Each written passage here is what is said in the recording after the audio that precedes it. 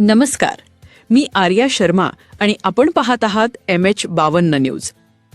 Chalisgaon one विभागात धक्कादायक प्रकार, कार्यालयीन वेळेतच ओली पार्टी, चौकशी सुरू.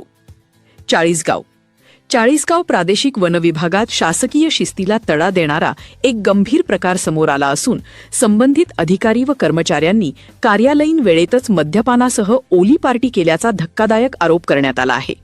या प्रकरणाची अधिकृत चौकशी सुरू करण्यात आली आहे.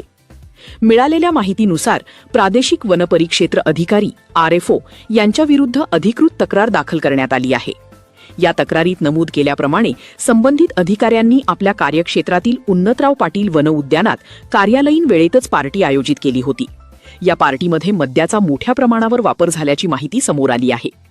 या घटनेमुळे दुपारी सुमारे 4 वाजेपर्यंत वन विभागाचे कामकाज पूर्णपणे ठप्प झाल्याचे सांगितले जात आहे.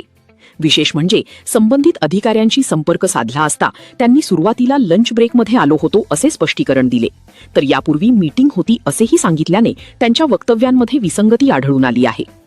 या प्रकरणाची गंभीरता लक्षात घेऊन क्राईम अँड करप्शन कंट्रोल असोसिएशनचे महासंचालक श्री दिनेशजी गुप्ता यांनी प्रधान मुख्य वनसंरक्षक तसेच महाराष्ट्र राज्य वनबल प्रमुख यांच्याकडे अधिकृत तक्रार सादर केली आहे. दरम्यान जळगाव येथील उपवनसंरक्षकांनी या घटनेची तात्काळ दखल घेत चौकशी प्रक्रिया सुरू केली आहे.